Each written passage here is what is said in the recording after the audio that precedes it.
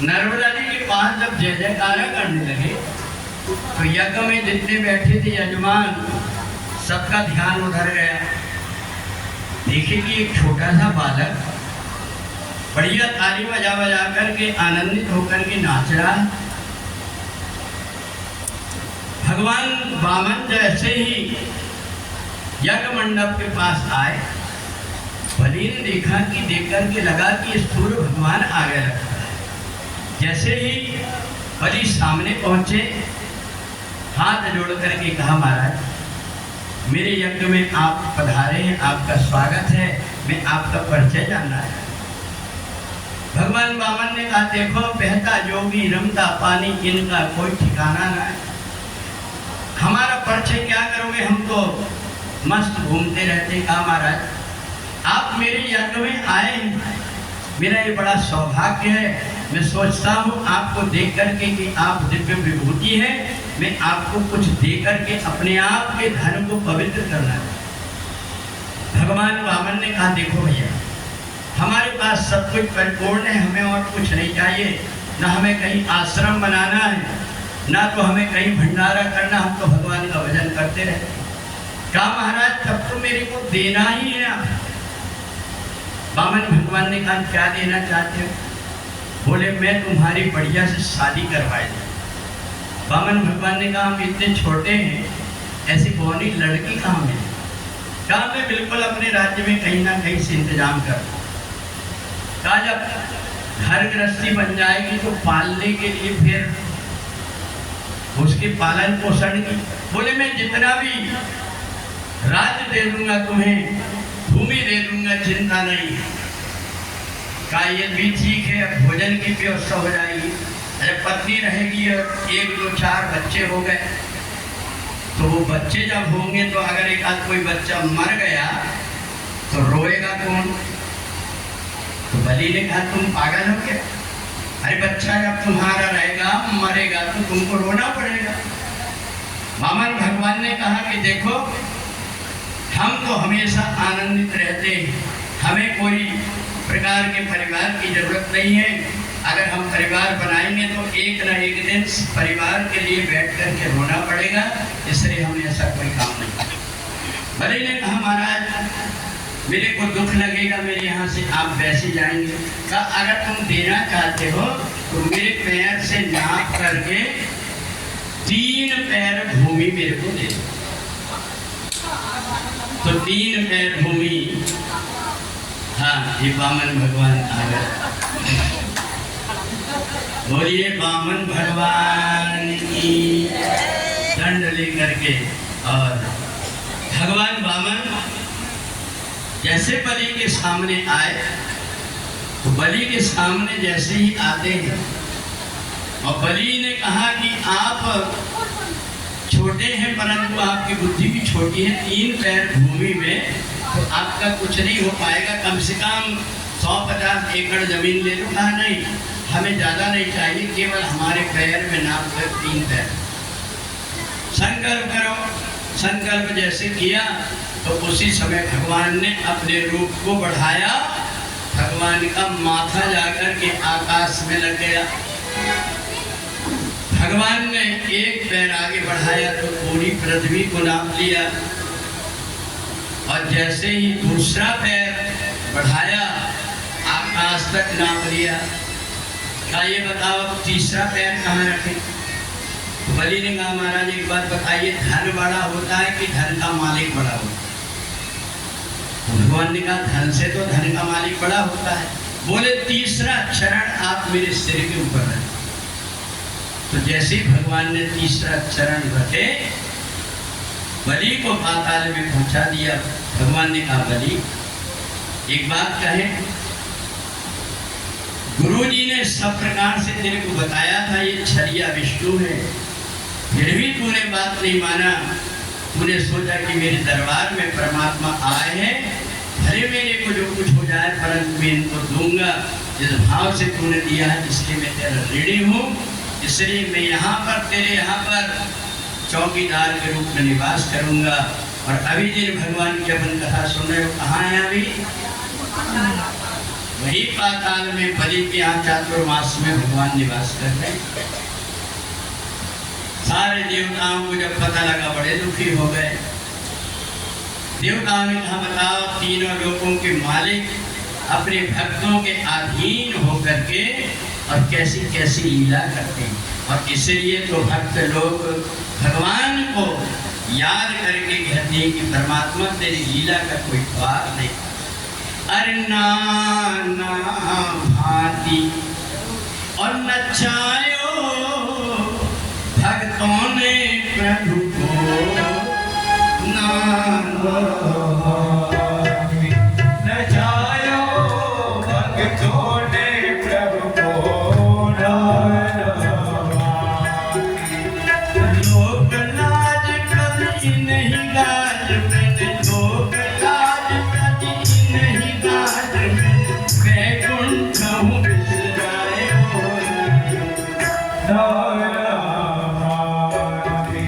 नचायो भक्तों ने प्रभु को,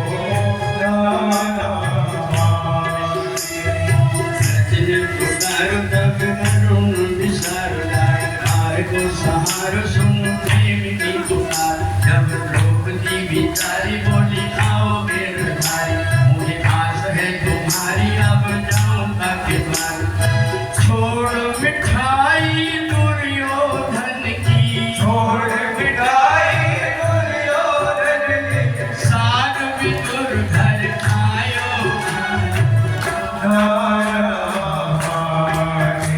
नचायो भक्तों ने प्रभु को,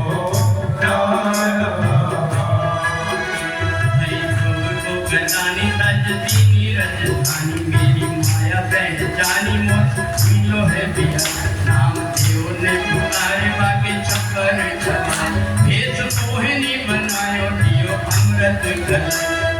देवन सुधा पिवाय प्रेम से, देवन सुधा पिवाय प्रेम से, दैत्यन सीन दिखायो दिखायो।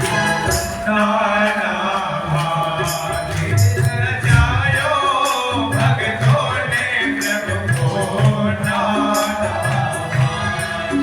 कई शास्त्र में उठाऊं रण छोड़ भाग जाऊं, अपनी प्रतिज्ञा भुलाऊं कहीं भीख मांगता, देश ब्राह्मण उधार जाए को जो बलिवान, तीन पैर होंगे तीनों लोग नाप ली उधार। महाभारत में अर्जुन के संग, महाभारत में अर्जुन के संग, रथ टप टप में चलायो। नाना भागे नचायो भक्तों ने प्रभु को, कन्हैया, तुम्हारा परिचय तो बता दो, तुम कौन हो?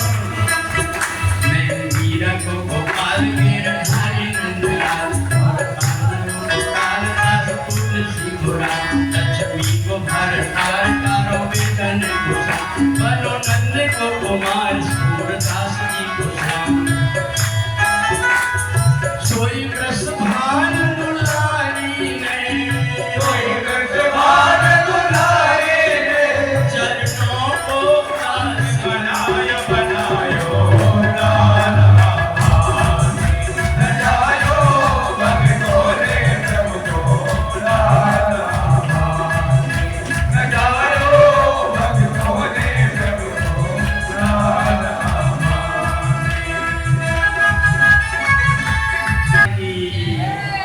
वामन भगवान खड़े हैं दरवाजे में, सारे देवता माता लक्ष्मी की पास गए, माँ आप ही कोई उपाय करो, एक कन्हैया ने तो ये कर गड़बड़ कर दिए। तीनों लोगों का मालिक आज द्वारपाल बन करके खड़ा है। माता लक्ष्मी ने सोचा क्या करे, एक राखी ले ली, रक्षा सूत्र लेकर के पहुंच गए बलि के पास। भैया आज श्रावण मास की पूर्णिमा है और मैं तुम्हें राखी बांधना चाहती हूँ। बलि ने हाथ आगे कर दिया, तेन बंधो बलिराजा दानवेंद्रो महाबला, तेन त्वाम प्रतिबदनामी रक्षे माचल। बांध दिया राखी। बलि ने पैर छू करके कहा, बहन अब मैं आपको राखी बांधने में क्या दूं? कहा मेरे को कुछ नहीं चाहिए, जो तुम्हारा द्वारपाल खड़ा है ये मेरे को। बलि ने कहा बहन मेरे साथ अन्याय मत करो। भगवान ने कहा देखो दोनों लड़ो मत, दोनों का निपटारा मैं किए देता हूँ। 4 महीने तुम्हारे यहाँ रहूंगा और बाकी समय वैकुंठ में लक्ष्मी के साथ। तो ऐसे परमात्मा अपने भक्तों के कारण ये जितनी भी लीला किए हैं, ये भक्ति के कारण। भागवत कथा में अभी आपने देखा भगवान का अवतार नहीं हुआ है, कल भगवान कृष्ण का अवतार होगा। 10 स्कंद तक केवल भक्तों की कथा है, केवल भक्तों की कथा है कि जब तक भक्त परमात्मा को जान करके परमात्मा की भक्ति नहीं कर लेता, तब तक कि परमात्मा इस पृथ्वी में आता है। और इसलिए भक्तों ने कैसे कैसे परमात्मा की लीला देख करके और परमात्मा को पाया, ये कथा में अभी आपको बता। और कल हम लोग भगवान कृष्ण के अवतार की कथा, इसलिए यहाँ मैंने बताया था कि ये माता गंगा कहाँ चली गई थी। ये गंगा जी की कथा कह करके फिर हम लोग विश्राम करेंगे। तो गंगा जी कहाँ है अभी?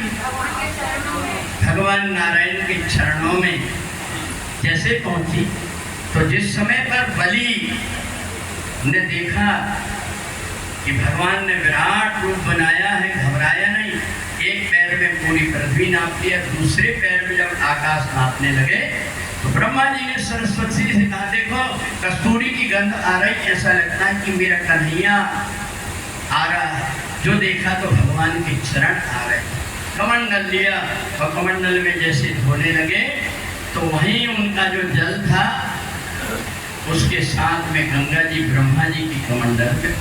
ब्रह्मा जी ने देखा, बड़े प्रसन्न हो गए कि मेरे कमंडल में गंगा जी आ।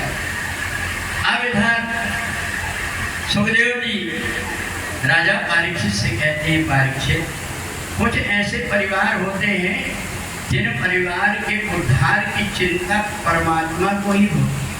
जो तू आए एक पग में आऊं पग 60, और जो तू कर लो 800 तो मैं लोहे की राह। जिस भगवान राम की आप कथा सुन रहे हैं, उन भगवान राम के वंशज से एक सगर नाम के राजा, सगर यज्ञ कर रहे थे। उन्होंने जब घोड़े को छोड़ा तो मैंने बताया था ना कि इंद्र ने सोचा कि कहीं ऐसा ना हो जाए कि ये अब इंद्र बन जाए, तो घोड़े को चुरा करके और ले जा करके वही देवहूति के बेटा कपिल देव के आश्रम में ले जाकर के बांध दिया। अब यहाँ पर ढूंढते ढूंढते 60,000 पुत्र जब सगर के चले, देखा तो वहाँ पर कपिल मुनि ध्यान में बैठे। घोड़ा देखा तो समझ गए ये कोई चोर है, इसी ने घोड़े को लाया। उनके ऊपर पानी मिट्टी फेंकने लगे। जैसे ही कपिल देव की समाधि खुली, देखते कि देखते जल करके 60,000 पुत्र राख बन गए। घोड़ा लेकर के आए। इधर मंत्रियों ने कहा महाराज आपके बेटों का तो सबका हाल बेहाल हो गया, ऋषि के श्राप से उनका पूरा शरीर जल गया। अब तो सगर बड़े ज्ञानी थे, उनको पता है हरि रूठे गुरु ठौर है, गुरु रूठे नहीं ठौर का। अब मेरे बेटों का उद्धार कैसे होगा? तो उस समय अंशुमान के पुत्र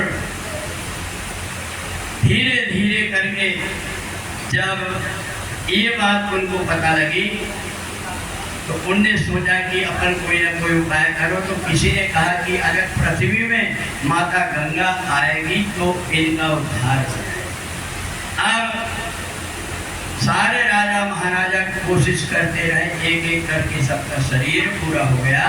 पर उन्हीं के वंश में एक राजा उत्पन्न हुए जिनका नाम था भागीरथ।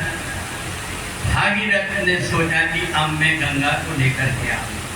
तो माता गंगा के लिए जब जा कर के और गंगा जी माता की प्रार्थना करने लगे तो माता गंगा ने कही देखो भागीरथ मेरे को खुद भी तुम्हारे ऊपर तरस आती, तुम्हारे पीढ़ियों का बलिदान गया है, इसलिए मैं आने को तैयार हूँ। पर देखो मेरी इतनी तेज धार है, मैं पृथ्वी में आऊंगी तो सीधी पाताल चले जाऊंगी। इसलिए तुम एक काम करो, मेरे वेग को कोई सह सके ऐसे किसी को देखो। तो भागीरथ ने सोचा कि माता गंगा के अगर धार को कोई सह सकता है तो कौन सह सकता है? भगवान भोले बाबा। अब तो भागीरथ भगवान भोलेनाथ की प्रार्थना करने लगे, तेरा पल पल बीता जाए मुख से जप ले नमः शिवाय। तेरा पल पल बीता जाए मुख से जप ले नमः शिवाय। तेरा पल पल बीता जाए मुख से जप ले नमः शिवाय। तेरा पल पल बीता जाए मुख से जप ले नमः शिवाय। ओम नमः शिवाय, ओम नमः शिवाय, ओम नमः शिवाय। बोलिए शंकर भगवान की जय हो। भगवान शंकर प्रकट हो गए। भगवान शंकर जैसे ही प्रकट हुए तो भगवान शंकर को देख करके भागीरथ हाथ जोड़ करके खड़े हो गए।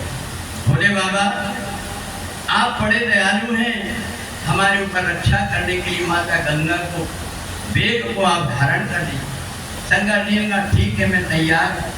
माता गंगा से कहा माँ भगवान भोलेनाथ तैयार है, आप आइए। तो देखो गंगा माता को अभिमान था कि मेरे वेग को कोई सह नहीं सकेगा। कहा भोले बाबा अभी भी सोच लो, तुमको बहा करके पाताल ले जा लूंगी। भगवान शंकर ने सोचा कि इनके मन के अंदर अभिमान है, इसलिए इनके अभिमान को दूर करना। कहा ठीक है गंगा तुम मेरे को बहा करके ले जाओ, तुम्हें जितना वेग है उतने वेग से आओ। माता गंगा जैसे वेग से आई, आप देखे हो कि अभी उत्तराखंड में कैसी गंगा माता का प्रभाव, थोड़ी देर में ही इतना सारा पानी। देखो ये जो प्राकृतिक आपदाएं हैं ये सब अपनी ही करने का फल है। हम इतनी बड़ी मशीनों से जो पर्वत को छेद रहे हैं, ये प्रकृति भी अपने को छोड़ने वाली नहीं। और इसलिए इतना तेज बहाव है। हरिद्वार में ऋषिकेश में देख लें कि माता गंगा का प्रभाव, और जब गंगोत्री से चलती तब तो और ही जाता। तो माता गंगा जैसे ही आई तो शंकर जी ने जटा को फैला के रखा था, माता गंगा आई तो लेकर के मार दी। अब भागीरथ देखने लगे कि माता गंगा तो आई पर गई कहाँ। भगवान भोलेनाथ से कहा कि भोले बाबा माता गंगा कहाँ चली गई। बोले अभी बहुत दिन में आई, इसलिए सैर करने के लिए हमारी जटाओं में घूम रही। कहा भोले बाबा हमारे पूर्वजों का उद्धार करना है, आप गंगा को नीचे पृथ्वी में ला दीजिए। तो भगवान भोलेनाथ ने एक अपनी जटा को खोला, गंगा से पूछा कैसा लग रहा। बोले दम घुट रही है, मैं आपसे प्रार्थना करती हूँ कि मेरे को यहाँ से निकाल। एक जैसी जटा खोले तो भागीरथ ने कहा माता गंगा मैं शंख बजाते जाता हूँ और तुम मेरे पीछे पीछे चली आना। भागीरथ शंख बजाते बजाते और जैसे ही चले तो माता गंगा गंगोत्री से होकर के ऋषिकेश हरिद्वार होकर के जब चली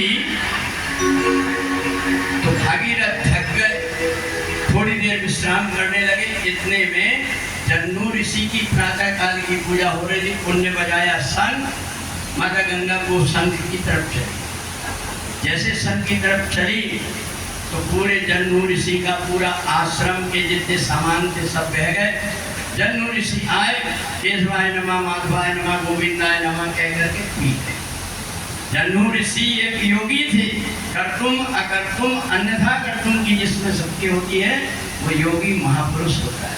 जैसे अपने महाप्रभु जी चंद्रमोहन जी महाराज, रामलाल जी महाराज, जो जहाँ कहीं भी उनकी कोई याद करता है वहीं पर कोई न कोई रूप में वो जाकर के प्रकट हो जाते हैं, क्योंकि अनेकों शरीर बनाने की, काया निर्माण की शक्ति जिसमें आती है वो योगी महापुरुष होता है। और योगी महापुरुष को शरीर अपनी इच्छा के अनुसार बदलने का उनको सिद्धि रहती है। तो इसलिए जन्मू ऋषि ने केवल 3 चुल्लू में पूरी गंगा जी को पी है। अब इधर भागीरथ दौड़ करके आए कि गंगा यहाँ तक तो आई थी, पर यहाँ के बाद गई कहाँ? तो महात्मा जी की माता गंगा कहाँ गई? बोले हमारे पेट में थी। बोले गुरुदेव, मैंने अपनी पीढ़ियों का बलिदान दे करके नीचे गंगा माँ को लाया है, इसलिए मेरे ऊपर कृपा करो। जन्मू ऋषि ने सोचा पेट के अंदर गई है, इसलिए इसको पवित्र स्थान से ही निकालना चाहिए। अपनी जंघा को काट करके गंगा जी की धार को बाहर निकाले, इसलिए माता गंगा का एक नाम पड़ गया जाह्नवी। जाह्नवी।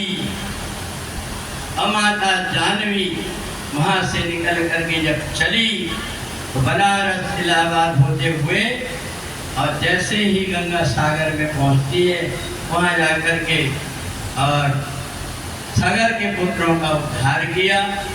वही माता गंगा की जो उत्पत्ति की कथा सुन लेता है। देखो, वैसे तो ये पुराण की कथाएं, सर्ग उपसर्ग की ये जो कथाएं मनमंत्रों की, ये कथाएं अगर नहीं कहेंगे तो ये कथाएं लुप्त हो जाए। इसलिए भागवत कथा में इन कथाओं से योग साधन का, परमात्मा की भक्ति का ज़्यादा संबंध नहीं, केवल इतना ही संबंध है कि हमें परमात्मा की भक्ति करना चाहिए। कभी ना कभी परमात्मा हमारे ऊपर कृपा करते हैं। पर ये पौराणिक जो कथाएं हैं ये इसलिए कही जाती कि ये कथा अगर तुमको पता नहीं रहेगी ना तो फिर ये कथाएं लुप्त हो जाएंगी। एक जगह बम्बई में एक महात्मा जी ने घर में रुके थे, बेटी पानी लेकर के आई। कहा बेटी एक बात बता कि मैं जो बोल रहा हूँ इसका अर्थ क्या होता है? बोले मंगल भवन अमंगल हारी द्रवम सुदशरथ अजय गया। उन्होंने कहा गुरुजी मेरे को याद तो नहीं आ रहा, कोई फिल्म का गाना है जरूर। तेरे को यही पता नहीं कि रामचरितमानस की चौपाई है, और इसलिए मैं रामचरितमानस की चौपाई इसलिए सुनाता हूँ क्योंकि मंत्र महामणि विषय व्या है। तो यहाँ माता गंगा की उत्पत्ति की मैंने कथा आपको सुनाया कि माता गंगा की कैसे पृथ्वी में उत्पत्ति हुई, इसलिए एक बार तो बोलना पड़ेगा, बोलिए गंगा मैया की जय। अब माता गंगा की लहरों में डुबकी भी लगाना पड़ेगा। गंगा मैया तेरी लहर मन भाई हो, मैया तेरी लहर मन भाई ओ गंगा मैया तेरी लहर मन भाई हो, गंगा मैया तेरी लहर मन भाई। हरिचरणों से निकली मैया ब्रह्म कमंडल आई। हर चरणों से निकले मैया ब्रह्म कमंडल आई। भागीरथ ने करी तपस्या, भागीरथ ने करी तपस्या, शंकर शीश चढ़ाई। ओ गंगा मैया तेरी लहर मन भाई। ओ गंगा मैया तेरी लहर मन भाई। भारत भूमि पावन कीनी तारे अधम धारी। भारत भूमि पावन की तारे अधम भागी। 60,000 सगर सुत तारे, 60,000 सगर मुख तारे। गंगा सागर धारी। ओ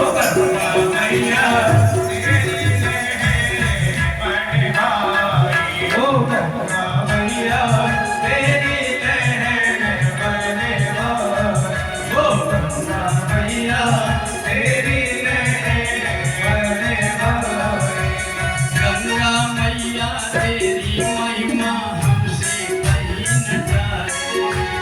गंगा मैया तेरी महिमा हमसे कहीं न जाए।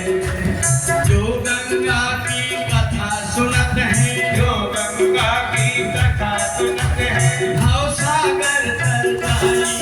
वो गंगा मैया तेरी लहर वो गंगा मैया तेरी